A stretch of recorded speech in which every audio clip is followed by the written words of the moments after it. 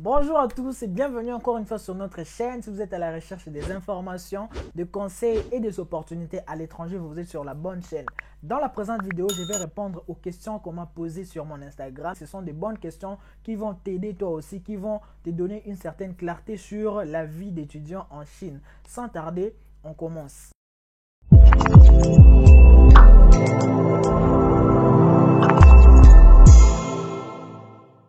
La première question, il dit, il a une bourse partielle et comment il peut faire pour passer à la bourse totale quand il va arriver en Chine, parce qu'actuellement il fait des cours en ligne en dehors de la Chine. Mais moi je vais extendre la question.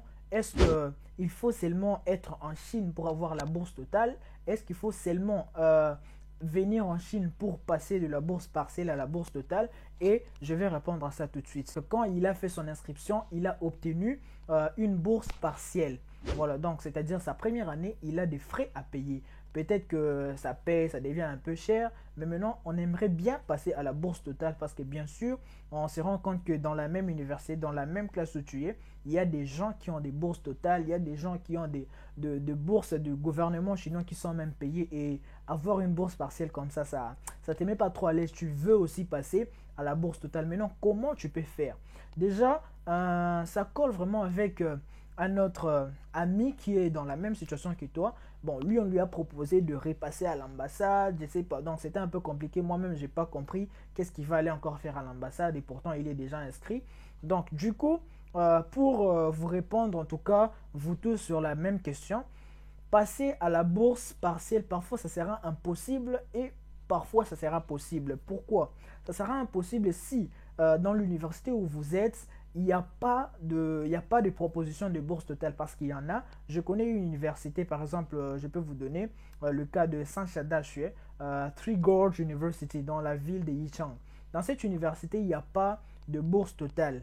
Donc, vous avez une bourse partielle, peu importe vos résultats, vous avez que la bourse partielle, et chaque année, on va vous évaluer. Quand vous avez en tout cas une meilleure bourse, c'est pour payer seulement le logement. Donc, il n'y aura personne qui aura plus que ça. Et si c'est le cas pour vous, vous allez être obligé de faire vos 4 ans, si c'est le bachelor, ou vos 3 ans avec la bourse partielle. Par contre, si vous êtes dans une université où on offre des bourses totales, il faudra savoir quelles sont les recommandations aux étudiants qui sont déjà inscrits à l'université mais qui n'ont pas de bourse totale.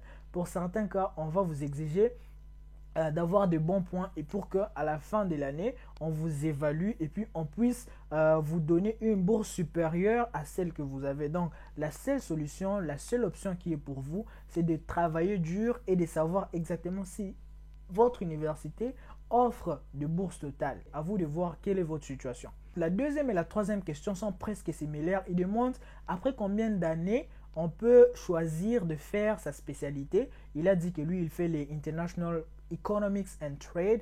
Donc, et la troisième question, il demande, est-ce qu'on peut faire deux spécialités en même temps?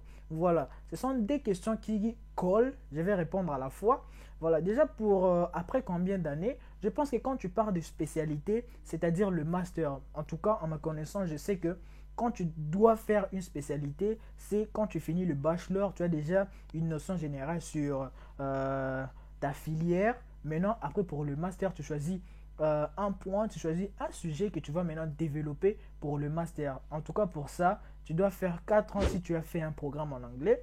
Et si tu as fait un programme en chinois, tu dois faire 5 ans parce que tu auras une année de langue et puis 4 ans de formation normale. Après maintenant, tu vas faire le master où tu vas choisir un sujet dans lequel tu veux vraiment te spécialiser. Et pour répondre, est-ce que tu peux faire deux sujets, deux spécialités en même temps? Voilà, mais mon frère, déjà un sujet, ça va te prendre beaucoup de temps. Ça va te prendre beaucoup de temps. Maintenant, faire deux sujets à la fois, bon, je ne sais pas ton niveau, mais je suis sûr que ça sera très compliqué. Je ne connais pas s'il y a des gens ici qui font deux sujets à la fois. C'est comme si tu faisais deux horaires dans une semaine. Donc là, ça sera très compliqué. Je pense que même les Chinois ne vont pas te permettre de le faire. Donc voilà, donc je te conseille, fais le premier sujet fini. Après, si tu sens que tu peux encore refaire autre chose, maintenant tu prends le deuxième sujet. La quatrième question, il demande, est-ce qu'il y a des clubs d'apprentissage dans l'université? C'est-à-dire, est-ce qu'il y a des clubs où vous avez quand même un programme, vous pouvez aller apprendre les chinois. D'autre part, on dit peut-être faire les maths. faire la physique. Personnellement, en soi, qu'on appelle ça club, j'ai jamais vu. Mais au moins, si tu veux vraiment rejoindre des gens qui font des exercices, qui font des trucs dans telle filière, par exemple, tu peux chercher à faire beaucoup plus d'expérience en physique. Tu n'as qu'à aller t'inscrire dans le labo. Il y a des profs qui se disponibilisent. En tout cas, pour mon université, il y a ces gens-là. Si tu veux vraiment faire des expériences, tu peux aller t'inscrire. Et puis, chaque matin, même quand votre classe n'étudie pas, même quand vous êtes en vacances, si votre programme du labo est là, on va t'appeler pour aller faire des expériences. Donc, ce sont des engagements que tu viens de prendre. Tu peux t'engager à faire ça. Il y a quand même d'ateliers où vous pouvez aller avec les Chinois et on va vous apprendre à parler le chinois. Il y a aussi ce qu'on organise, on appelle ça de Chinese culture. Il y a des profs qui se mettent à la disposition des étudiants pour venir vous apprendre à faire des trucs des chinois, à écrire des caractères avec des pinceaux. Et à partir de ça, je pense que vous pouvez apprendre le chinois. C'est en quelque sorte pour l'apprentissage du chinois. Mais en soi, qu'on appelle groupe d'apprentissage ou club d'apprentissage, j'ai jamais vu. Je ne sais pas s'il y a des gens qui sont en Chine dans d'autres universités. Si vous en avez, mettez dans les commentaires, il pourra voir et ça peut l'aider. Mais pour mon université, pour les 2 universités que j'ai fréquentées en tout cas, j'ai pas vu ces clubs. Il y a juste des séances, des journées où vous pouvez aller pratiquer. En tout cas, c'est spécial, mais c'est pas tous les jours. Il n'y a pas chaque semaine où vous devez aller travailler. Il n'y en a pas. La 5e question, il demande est-ce qu'il y a des balles à la fin de l'année organisées par l'université? Bon, à la fin de l'année, pendant cette période, c'est un peu compliqué. Ils n'arrivent pas à le faire, mais au moins je vois, au début de l'année, il y a des cérémonies qui sont organisées pour accueillir les nouveaux étudiants. Et pour les Chinois, ils s'habillent même en militaire, ils font des trucs, en tout cas, ce sont des grands événements qu'on organise à l'université. Vous allez comprendre vraiment que c'est le début de l'année. Et puis à la fin, pour finir, il y aura une cérémonie, on va chanter, on va danser. En tout cas, ça sera une grosse fête que vous allez faire. Quand il y avait beaucoup d'étrangers, quand il y avait de nouveaux étudiants qui venaient, on organisait des soirées culturelles où des étrangers, même des Chinois, allaient présenter quelque chose, allaient danser, allaient faire quelque chose de leur pays pour voilà, exposer à tous les publics, exposer aux étudiants. Ils faisaient ça. Mais pour les fins d'année, pendant cette période, je n'ai pas encore vu. J'ai fini par cette préoccupation. Il demande combien coûte la coiffure d'homme en Chine. Et après, il demande est-ce qu'il n'y a pas des restrictions en termes de coiffure. Il a même mentionné les dreadlocks. Est-ce que si quelqu'un met ça, il n'y aura pas de problème à l'université? Donc, il n'y aura pas de problème. Tu peux mettre ce que tu veux dans ta tête, mais au moins, comme je l'ai dit, gardez quand même la bonne morale. Restez quand même dans les bonnes manières. N'exagérez pas avec des trucs sur la tête. Ça sert presque à rien. Je sais qu'on interdit d'entrer en classe avec des babouches. Ça, au moins, je sais qu'on interdit. Certains profs seront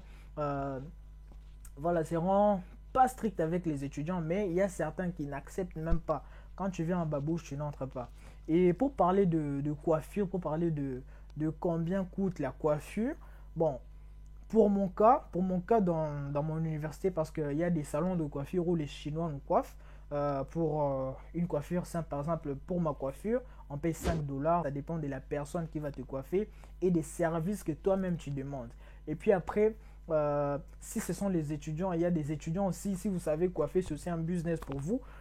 Au campus, vous pouvez juste dire aux étudiants que vous coiffez à des bons prix. Vous pouvez remettre à 20, à 20 yuan, à 4 $, 3 $, et vous allez vous faire de l'argent. Donc, ça va dépendre de l'université, ça va dépendre des gens qui sont là pour vous coiffer. Mais ça ne coûte pas vraiment cher, ça sera entre 5, 7 $. Bon, si c'est cher, je ne sais pas, en ville, 10 $. En tout cas, s'il y a des gens qui sont en Chine, s'il y a des hommes qui sont en Chine qui nous suivent, mettez dans les commentaires à combien vous vous coiffez et notre frère va essayer un peu de s'imaginer combien ça va lui coûter de prendre soin de sa coiffure, de sa tête, de ses dreadlocks. S'il y a toujours quelque chose que tu n'as pas compris, n'hésite pas à mettre ça dans les commentaires. Et sur ce, je vous dis à bientôt dans la prochaine vidéo. Ciao!